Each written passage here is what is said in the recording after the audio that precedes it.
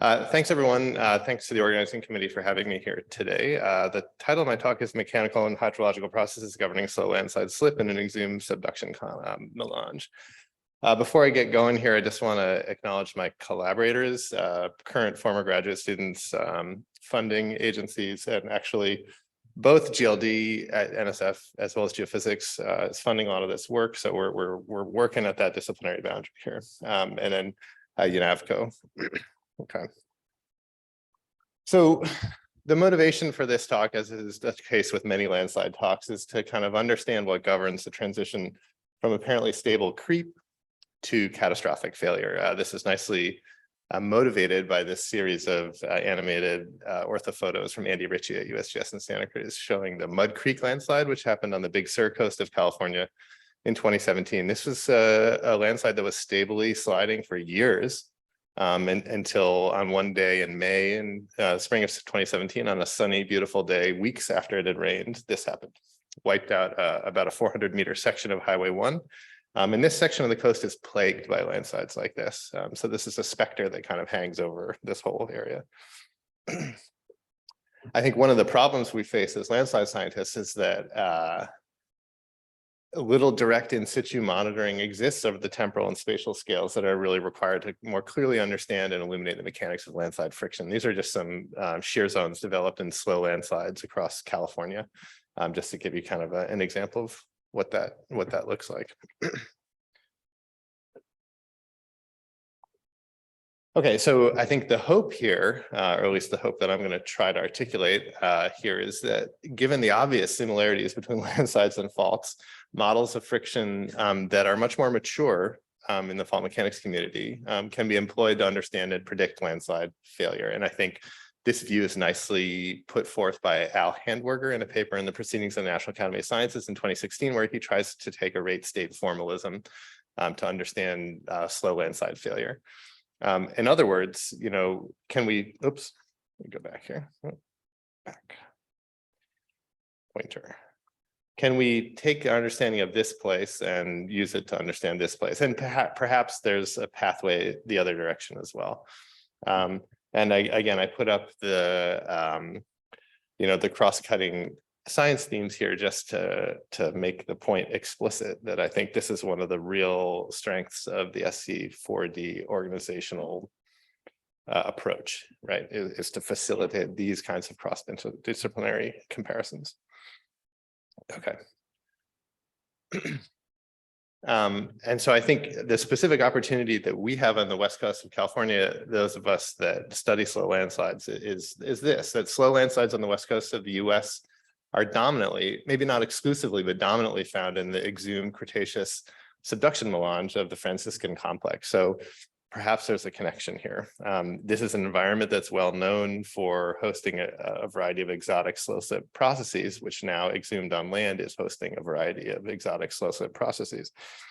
So here's just an example of, this is a map of actively creeping landslides as imaged by synthetic aperture radar interferometry from a study by Al Handwerger.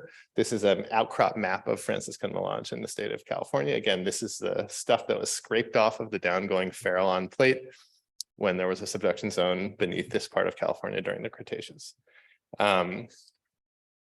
I would just say that this same sort of view, Yuan Kun Xu, who's here somewhere in the room, has done a sort of an update to this. And it's not just California, this sort of same association between subduction melange and slow landslides really extends into Oregon.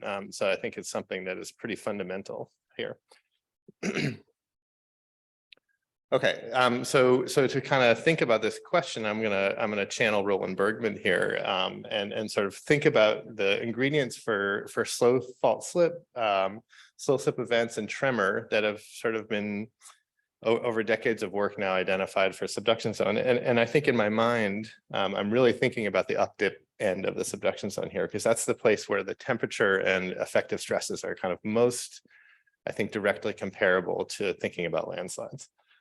So I think down here is a different world. Okay, and so those ingredients are velocity strengthening fault zone material, modestly velocity weakening fault patches that can be loaded by motion of the former. abundant fluids at high pressure and high fault roughness and heterogeneity. To kind of think about this in the context of landslides, we're going to use a field site, natural laboratory, the Oak Ridge Earth Flow Observatory, named Oreo, without my knowledge. That was our first GPS antenna that went out there, and so it's like codified. There's nothing I could do about it. So that was Alex who did that. This is a nice large Earth flow in the Diablo Range, southeast of San Francisco, California, within the sort of big belt of Franciscan Melange in the Diablo Range. It's been well studied. We have a lot of infrastructure there that's been put out by current and former grad students, namely Colleen Murphy, Alex Nearison, M. Schnoor. I don't have time to talk about it. I'm happy. This is all publicly available, and I'd be happy to talk about it. But what is of interest for this talk today is we have a couple of extensometers across the lateral shear margin. These things have a precision of like 6/100ths of a millimeter, so we can really zero in detail on the processes here. We also have 3 permanent GPS antennas and a bunch of pressure sensors that are grouted at various depths to get us sort of pore fluid pressure. Okay, so let's kind of go through our ingredient list here and start with velocity strengthening fault zone material. This is not something that I have directly worked on, so I can lean on the shoulders of other people, and some of whom are in this room, just to say that, typically in these slow landslides in California, sliding is accommodated on narrow clay-rich shear zones, which contain phases, namely illite and chlorite, which are known to have velocity strengthening behavior at low temperatures. And indeed, the entire Franciscan Melange, at least from one sample from the SZ4D borehole, shows velocity strengthening behavior at low temperatures. So the sense is that the matrix of the melange here, at least under some conditions, is velocity strengthening. Okay, so how about a fluid pressure? I'm going to skip around on this list for the sake of an easy narrative here. This is a figure from a paper just recently published by Colleen Murphy, who's a grad student at UC Santa Cruz. There's a lot of data on this. This is pore fluid pressure measured over the last 5 years at various depths within the landslide. And what you see here is that rainfall, which is shown in the gray bars here, you have these sort of seasonal cycles of increasing pore fluid pressure that's driven by rainfall and which triggers what I'm going to call seasonal landslide slow slip events, right? This is a velocity as measured from GPS. This is the cumulative deformation as measured by GPS against precipitation. And so you can think of these seasonal sliding as something that's akin to, I think, a slow slip event that's activated by pore fluid pressure. That point is made pretty clear when you look at, here's a plot of the sliding velocity of the landslide against the pore fluid pressure at a particular piezometer, just showing you that there's a clear threshold here and a clear nonlinear and extreme sensitivity of the sliding velocity to pore fluid pressure. This is just 5 years of data. You might think to yourself, well, this is sitting actually probably 5 or 6 meters above the shear zone. So you might think to yourself, well, what does the pore fluid pressure above the shear zone have to do with the pore fluid pressure in the shear zone? And what I would argue is that the hydraulic diffusivity of this landslide is high. And so when we look here on this plot at the right here, I'm kind of fading out here, but this is rainfall events, daily rainfall on the lower panel. On the upper panel, what we have on the blue is the velocity as measured from an extensometer, and in orange, the pore fluid pressure. And what you can see is that when things are saturated, there's a nearly instantaneous response of the landslide pore fluid pressure to rainfall, and in turn, a nearly instantaneous response of the velocity to that rainfall-induced pore fluid pressure spike. So there's rapid transmission of pressure. This is not solid earth types of hydraulic diffusivities. It's much faster than that. And I think just emphasizes the clear association between pore fluid pressure and deformation here. Okay. How about the velocity weakening fault zone patches? Well, here, this is a paper that just came out. What I want to call your attention to is the upper panel here, which is displacement measured on an annual timescale. And this is the extensometers and the GPS together, showing you that on the kind of annual timescale, you see very smooth displacement. But if you zoom in on a particular 8 or 10 hour section here, what you can see is that the displacement's not smooth. Actually, deformation is accommodated through tiny stick slip events at kind of up to millimeter scale that are recurring on time scales of kind of minutes to hours. And so the creep is not creep. And the stick slip nature demonstrates, I think, by itself that this process is governed at least in part by velocity weakening frictional asperities. So I think that works as well. Okay, so then heterogeneity, roughness. Well, I would say two things to this point. Number one, these two extensometers that we're making measurements on are separated about 100 meters.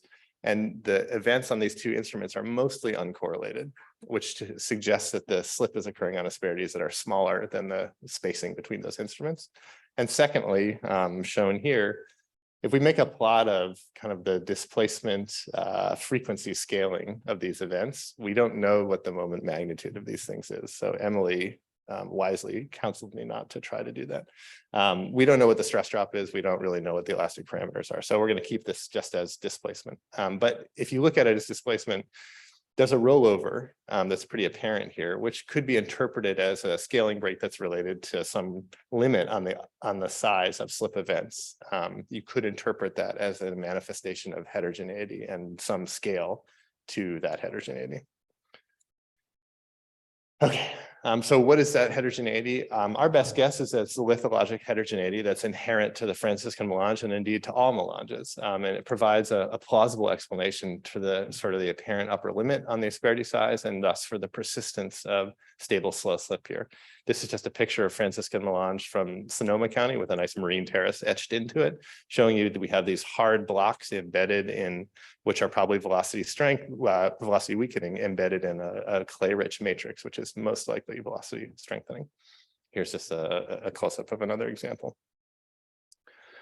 So this is testable, and we're going to do that. This winter, we're setting out a nodal seismic deployment to see if we can kind of visualize the asperity structure as manifested in microseismicity. And then we're also densifying the extensometer network in order to kind of get a better sense of that space-time pattern of slip as shown on those extensometers.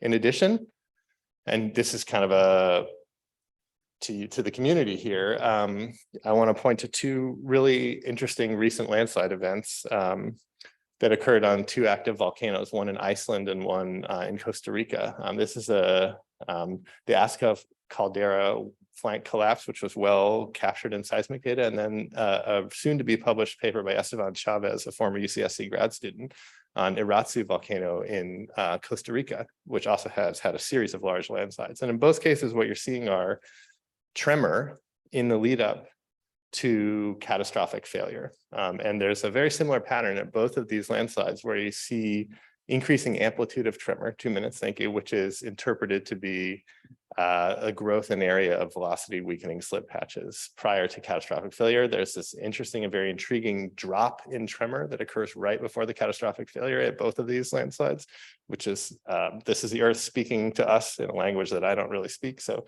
those of you that do, I'd love to hear your thoughts.